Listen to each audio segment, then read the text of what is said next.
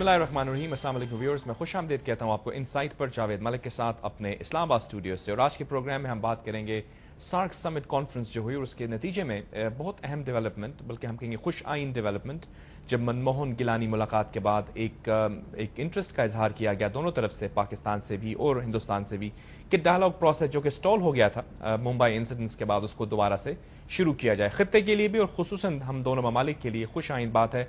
किस हद तक हमारी उम्मीदें वाबस्ता हैं इस पीस प्रोसेस से, इस डायलॉग प्रोसेस से, इस पर हम बात करेंगे।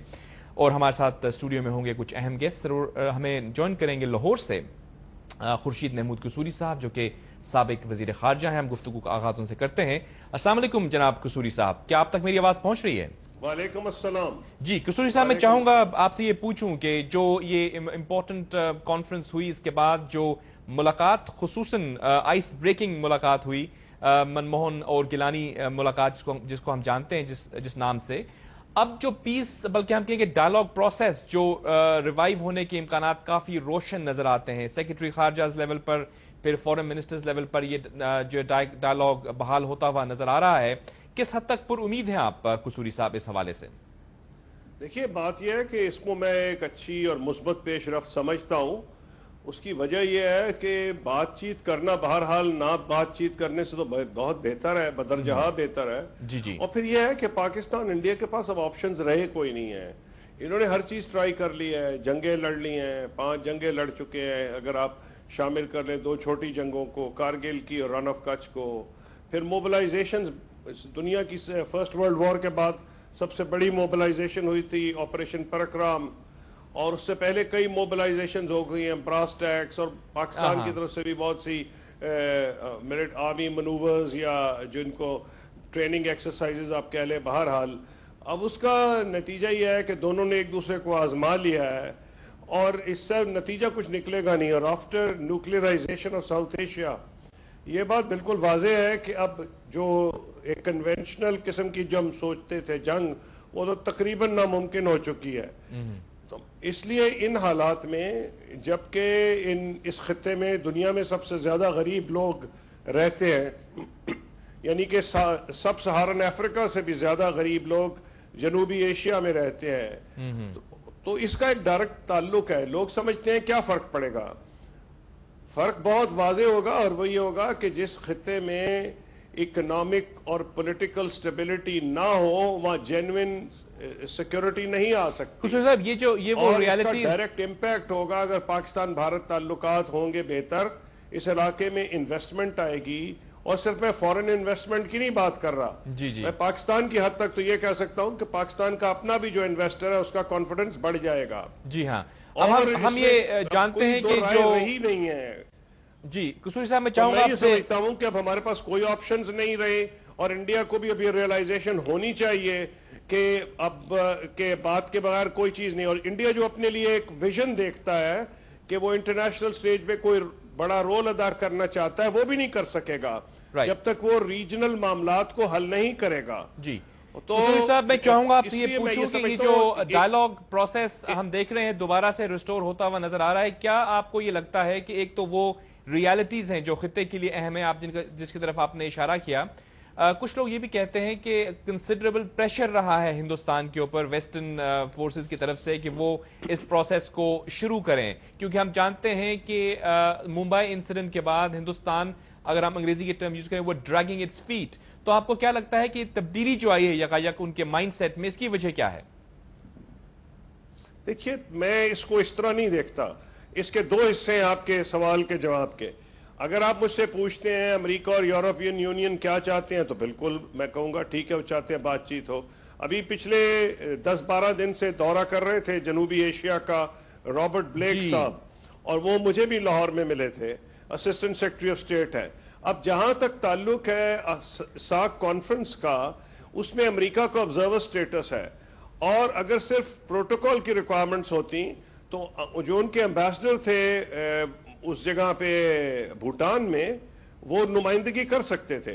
ये जो हाई प्रोफाइल नुमाइंदगी की है असिस्टेंट सेक्रेटरी ऑफ स्टेट ने, इससे खुद ही वाजे हो गया कि कितनी दिलचस्पी है अमेरिका को। जब आप यूज कहते हैं ना कि प्रेशर, मैं ये ऐसे टर्म्स इसलिए पसंद नहीं करता कि पाकिस्तान और भारत بڑے ملک ہیں, مجھے اپنے تجربے سے اس بات کا علم ہے کہ ان کی مرضی کے خلاف ان سے کچھ نہیں کیا جا سکتا. تو فرینڈلی پرسویژن ضرور ہے. اور یہ میں ایک چیز اور ایڈ کرنا چاہوں گا, یہ صرف امریکہ اور یورپین یونین کی طرف سے نہیں ہے, چین بھی چاہتا ہے کہ پاکستان بھارت کے تعلقات بہتر ہوں. چین نے اپنا ان کا جو ٹریڈ ہے $60 بلین, آپ حیران ہوں گے, $60 بلین ہو چکا ہے ہندوستان کا, حالانکہ ان کی بارڈر کے اوپر کافی ڈفرنسز ہیں. تو وہ اور پھر جو مسلمان ممالک ہیں, مجھے اپنے دور کے تجربے ہے, چاہے وہ سعودی عرب ہو, گلف کی کنٹریز ہوں, اور بھی جتنے ممالک ہیں, ترکی بھی ہو, یہ تمام ملک چاہتے ہیں پاکستان بھارت کے تعلقات صاحب آپ کا بہتر ہو بہت بہت جائیں. شکریہ. ہم چاہ رہے تھے کہ آپ مزید بات کرتے, لیکن آئی تھنک ہماری ٹیکنیکلی ساؤنڈ میں کچھ ڈیفیکلٹیز ہیں. ہم اپنے پینل کا انٹروڈکشن کرواتے ہیں. ویورز ہمارے ساتھ آج موجود ہیں اکرم ذکی صاحب, جو کہ سیکرٹری جنرل خارجہ رہے ہیں ہمارے ملک میں. ان کے ساتھ تشریف رکھتے ہیں جناب ہمایوں خان صاحب, جو کہ سیکرٹری خارجہ رہے ہیں اور اس کے ساتھ ساتھ ہندوستان میں پاکستان کے ایمبیسڈر بھی رہے ہیں. اور ان کے ساتھ تشریف رکھتے ہیں جناب تنویر احمد خان صاحب, جو بھی خود بھی سیکرٹری خارجہ رہے ہیں اور انسٹیٹیوٹ آف اسٹریٹجک اسٹڈیز کو لیڈ بھی کر رہے ہیں پاکستان میں. جناب میں چاہوں گا آپ سے گفتگو آغاز کروں. جو ڈیولپمنٹ ہماری ہوئی, بہرحال سارک کے اوپر تو ہم مختلف پروگرامز کرتے آئے ہیں. Let's talk about India and Pakistan. یہ جو ملاقات ہوئی ہے منموہن سنگھ اور گیلانی صاحب کے ملاقات کے بعد, اب ایک ایکسپیکٹیشن لیول بڑھ گیا ہے. آپ کس حد تک پر امید ہیں کہ جو ان ریزالوڈ ایشوز ہیں وہ ہم ریزالو کر پائیں گے اس پرٹیکولر گورنمنٹ کے ٹینیور میں؟ بسم اللہ الرحمن الرحیم. سارک میں اگرچہ لکھا ہوا ہے کہ متنازع معاملات نہیں اٹھائے جا سکتے, لیکن 1990 سے کم از کم یہ روایت رہی ہے کہ وزیر اعظم ہندوستان اور وزیر اعظم پاکستان سائڈ پہ ملتے رہے ہیں اور کچھ نہ کچھ بات ریت آگے بڑھتی رہی ہے. اس دفعہ بامبے کے بعد ہندوستان نے یہ رویہ اختیار کیا تھا, باوجود اس کے کہ 2005 میں یہ معاہدہ ہوا تھا کہ ٹیررزم کے ساتھ بات چیت کوئی تعلق نہیں, شرم الشیخ میں اس کا اعادہ کیا گیا تھا. لیکن ہندوستان کا رویہ یہ تھا کہ پاکستان جب تک سزائیں نہ دے ہم بات نہیں کریں گے. اس کا جتنا انہوں نے فائدہ اٹھانا تھا پاکستان کو پریشرائز کرنے کا اٹھا لیا. اب اس کو ان کا فائدہ نہیں ہو رہا تھا, بلکہ منفی ان کو کچھ نقصان ہو رہا تھا. دنیا کی رائے بدل رہی تھی. پھر ایک چیز اور ہوئی ہے کہ پچھلے 3 مہینے میں جو برسلز میں کانفرنس ہوئی نیٹو کی اور جو لندن میں کانفرنس ہوئی, اس میں اس چیز کو تسلیم کیا گیا کہ پاکستان کی مدد کے بغیر افغانستان کا مسئلہ حل نہیں ہو سکتا, اور پاکستان کی اہمیت کو مغرب نے ریکگنائز کیا. اس لیے ہندوستان کو یہ احساس ہو گیا کہ اب پاکستان کو پہلے کی طرح نظر انداز نہیں کیا جا سکتا. ان کو مجبوری ہو گئی. ایک تو یہ ہے کہ ہندوستان جو تھا کافی حد تک جو اپنے ڈریگنگ اٹس فیٹ, اس کے حوالے سے بین الاقوامی طور پر اس کا امیج اتنا اچھا نہیں تھا. ایک تو وہ پریشر تھا ان کے اوپر. میرا سوال یہ ہے کہ کیا آپ یہ سمجھتے ہیں کہ ان کے اندر اس چیز کا ادراک بھی ہو گیا ہے کہ they have to resolve the outstanding issues, یہ محض وہ ایک انٹرنیشنل آپٹکس کے لیے یہ ایک کر رہے ہیں اس طرح سے بات؟ میرے خیال میں یہ 2004 سے ہم پہ یہ واضح ہو گیا تھا کہ جو دونوں ملک جو ہیں اب یہ چاہتے ہیں کہ یہ پرابلمز جو ہیں ان کو ہم سالو کر لیں, and there is no reason to doubt sincerity on either side. افسوس کی بات یہ ہے کہ یہ چیز انٹرپٹ ہو گئی بمبئی کی وجہ سے, اور اس کو ہندوستان نے بہت ہی سیریسلی لیا اور اس کو یعنی زیادہ طول اس بات کو دے دی. ہندوستان, ہمیں سب کو پتہ ہے کہ منموہن سنگھ جیسے کہ واجپئی صاحب تھے کہ وہ یعنی جینیونلی چاہتے ہیں کہ ریلیشنز امپروو ہوں, لیکن ان کے کوئی انٹرنل پولیٹیکل پریشرز تھے. تو ایک تو یہ ہو سکتا ہے کہ وہ لا آف ڈیمینشنگ ریٹرنز کے اس سے کچھ فائدہ نہیں تھا. دوسرا یہ تھا کہ انٹرنل پولیٹیکل پریشرز بھی کچھ ایز ہو گئے ہیں.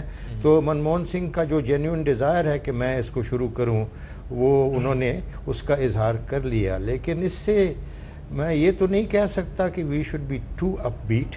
بڑا اچھا ہوا ہے کہ باتیں شروع ہو گئی ہیں, لیکن یہ سمجھنا کہ بھائی دس مینز کہ بھائی سب پرابلمز جو ہیں وہی 2004 کی اسپرٹ میں ان کو ٹیکل کیا جائے گا. آئی ڈونٹ نو, کیونکہ ابھی بھی ان کے دل میں یہ شک ہے, یہ ٹرسٹ ڈیفیسٹ کی جو بات ہے, ٹرسٹ ڈیفیسٹ کی بات ہے. میں چاہوں گا خان صاحب آپ سے بھی پوچھ لوں کہ جو ایک کہا جاتا ہے کہ ہمارے ملک کی فارن پالیسی جو ہے پولیٹیکل گورنمنٹ تو چلاتی ہے, آف کورس آپ ریپرزینٹ کرتے ہیں بیوروکریسی کو ہمارے ملک میں, اسٹیبلشمنٹ جسے کہتے ہیں, چاہے ملٹری ہو یا سول ہو, آپ کو کیا